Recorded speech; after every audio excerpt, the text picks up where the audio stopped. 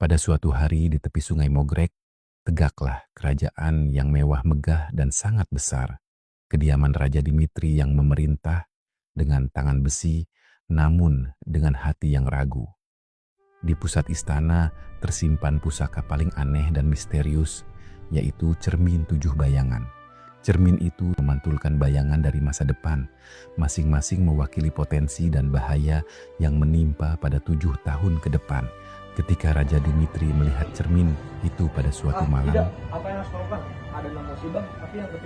Raja memanggil penasihat paling bijaksananya, Mahamentri Sanggailiat, yang terkenal karena ketajaman akalnya dan pengabdiannya yang buta kepada tahta.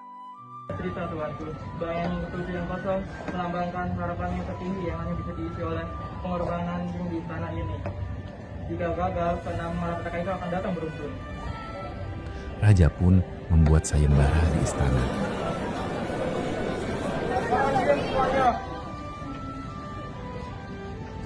Wahai bangsawan dan rakyat-rakyat, bagi siapapun yang bisa mensejahterakan kerajaan itu kembali seperti dulu, maka jika dia laki-laki akan kuangkat menjadi seorang raja, dan jika dia perempuan akan kuangkat menjadi seorang anak. Babak ujian, istana Labrador dipenuhi intrik dan sandiwara. Para bangsawan berlomba-lomba melakukan kebaikan. Pangeran Agung Pandares, keponakan raja. Pandares, aku menyumbangkan semua kekayaanku untuk rakyat. Catat semua. Namun, ia melakukannya di hadapan 100 juru tulis. Permaisuri Celsilia membuka dapur umum besar-besaran untuk memberi makan rakyat. Namun, bahan makanan itu diambil secara paksa dari hasil panen desa lain. Panglima Perang Frederick menangkap 100 perompak di perbatasan. Namun, 90 di antaranya hanyalah petani yang menolak pembayaran pajak. Satu persatu, mereka mencoba melihat cermin 7 bayangan. Setiap kali mereka melihatnya, bayangan ke-6 malapetaka tetap ada, dan bayangan ke-7 tetap kosong. Kebaikan yang dilandasi pamrih, ketenaran, atau kekerasan tidak diakui oleh pusaka istana. 5 tahun telah berlalu, dan bayangan ke-6 kehancuran itu kini terasa makin dekat, ditandai dengan kemarau panjang yang tak kunjung usai. Di sudut istana, seorang wanita muda bernama Ardiana.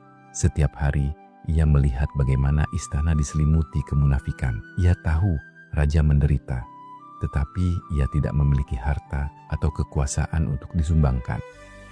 Suatu malam, badai besar datang, menghancurkan salah satu lumbung padi istana.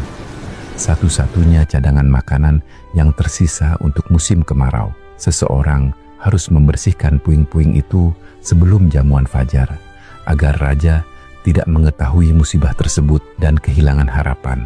Ardiana, tanpa diminta, pergi ke lumbung. Ia bekerja sepanjang malam, memilah butir padi yang masih bisa diselamatkan dari lumpur dan reruntuhan. Ia bekerja sendirian, dalam gelap, dan tanpa seorang pun yang melihat.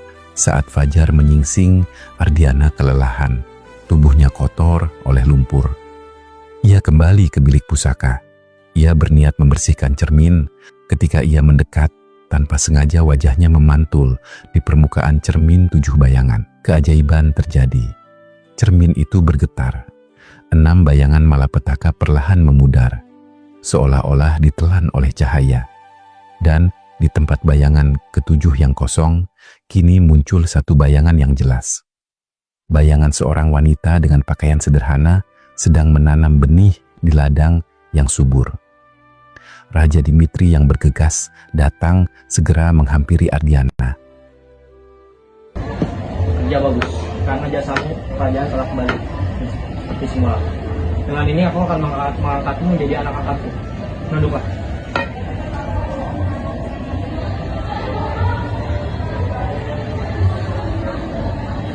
Dan memberikan Ardiana dengan mengenakannya jubah kebesaran istana. Ardiana dinobatkan sebagai putri mahkota. Di bawah kepemimpinannya, istana Labrador kembali menemukan kejayaannya. 6 malapetaka yang diramalkan tidak pernah terjadi, dan bayangan ke-7 berkat seorang pelayan yang tulus telah menyelamatkan seluruh negeri.